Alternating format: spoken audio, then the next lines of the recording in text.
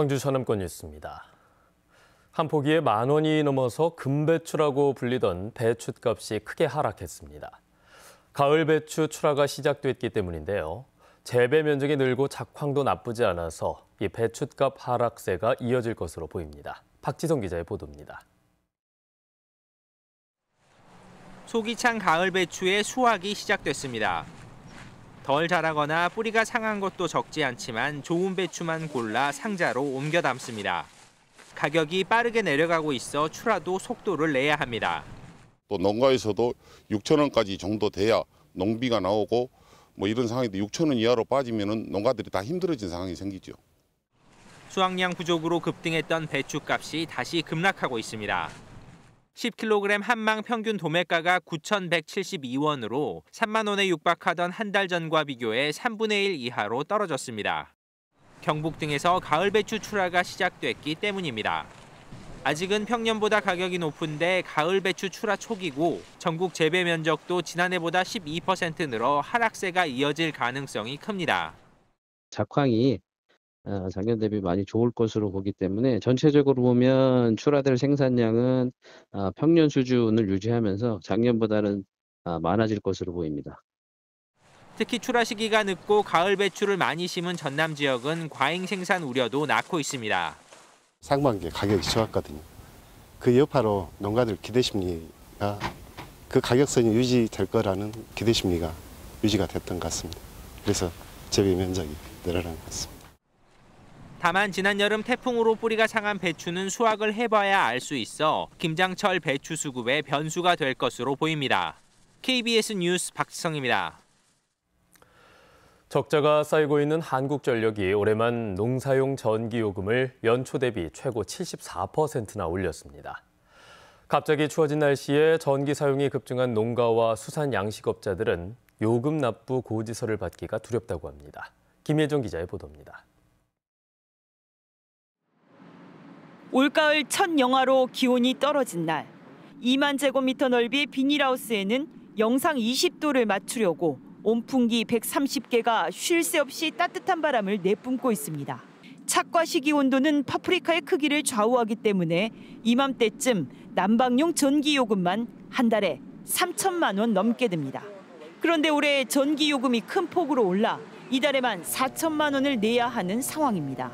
저한테는 연간 한 1억 이상이 올랐다고 보면 되죠. 전기료만 해서? 예, 전기료만요. 가스값은 제가 580원의 기를 도입을 했는데 지금 한 1,800원 정도 합니다.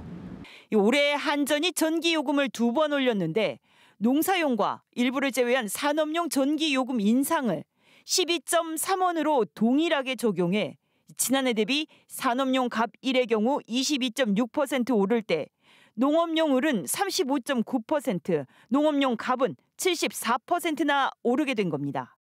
사정이 이렇다 보니 전기요금으로만 연간 수억 원을 내야 하는 수산 양식업자들의 반발이 먼저 표출됐습니다.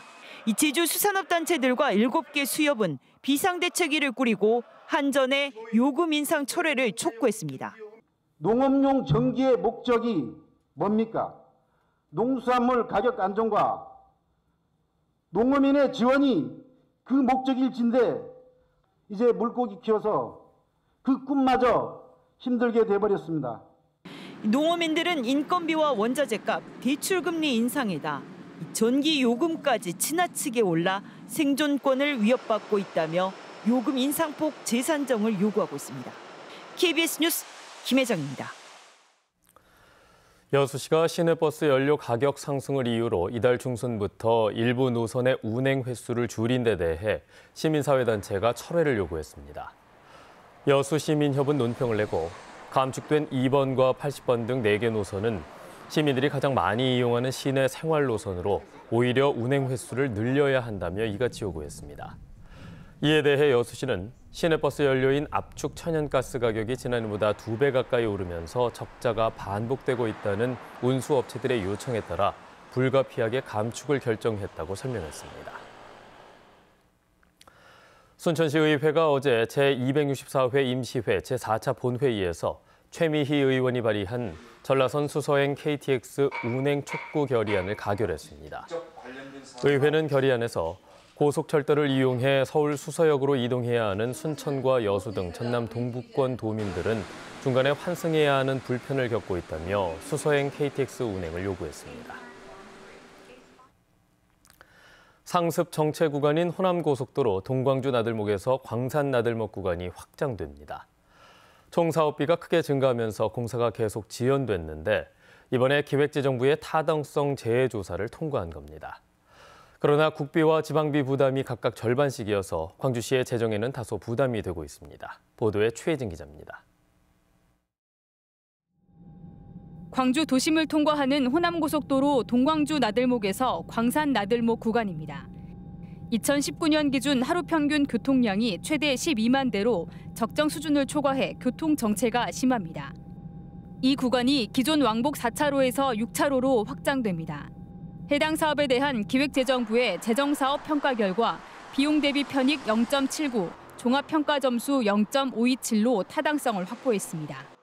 2013년 당시 최초 예비 타당성 조사를 통과했지만 이후 소음 대책으로 총사업비가 크게 늘면서 타당성 재조사를 받아왔습니다. 한국도로공사는 내년 하반기에 착공해서 5년 뒤인 2028년 준공될 것으로 예상하고 있습니다. 관건은 예산 확보입니다. 총사업비 7,072억 원 가운데 절반인 3,500억 원을 광주시가 부담해야 하기 때문입니다. 해당 구간이 무료 도로인 만큼 확장 사업비는 정부와 한국도로공사가 50%, 광주시가 나머지 50%를 부담한다는 협약에 따른 겁니다. 이미 도시철도 2호선 건설비의 40%를 부담하고 있는 광주시로서는 재정 부담이 적지 않습니다. 시비가 제때 확보되지 않으면 공사 기간이 길어질 가능성도 배제할 수 없습니다.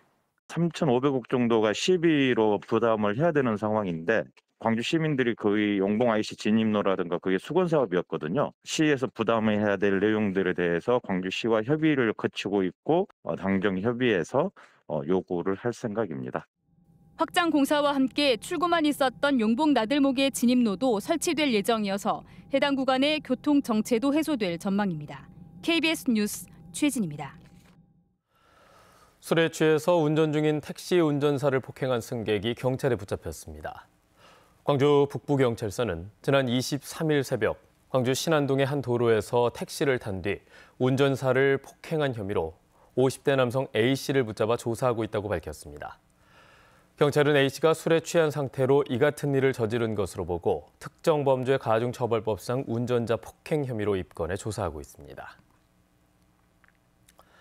장년층의 노후 설계를 도와주는 빛고울 50플러스 센터가 개관 1주년 기념 행사를 열었습니다. 이번 행사에서는 장년층을 위한 강연과 평생학습, 노후 준비에 대한 상담 등 다양한 프로그램이 진행됐습니다.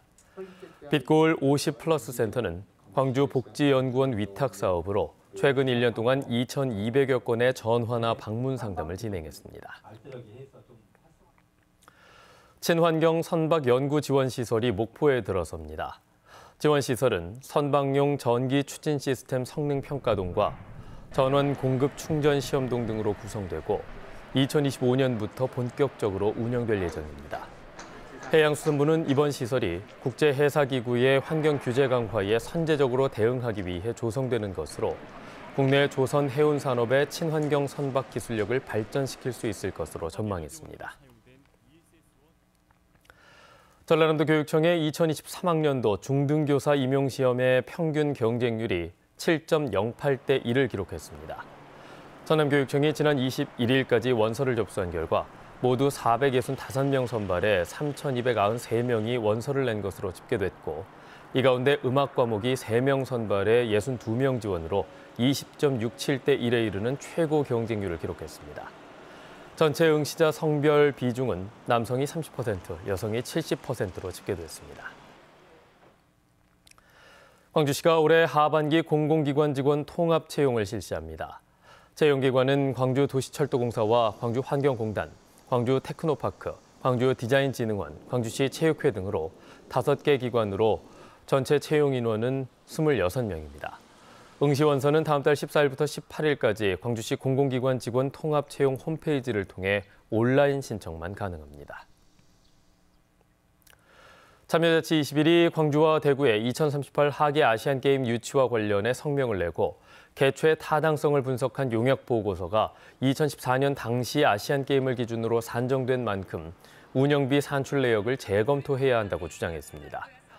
참여자치 21은 또 아시안게임은 충분한 공론화 과정이 필요한 사업인데도 유치 신청서 제출 로드맵을 제대로 설명하지 않은 것에 대해 광주시가 사과해야 한다고 지적했습니다.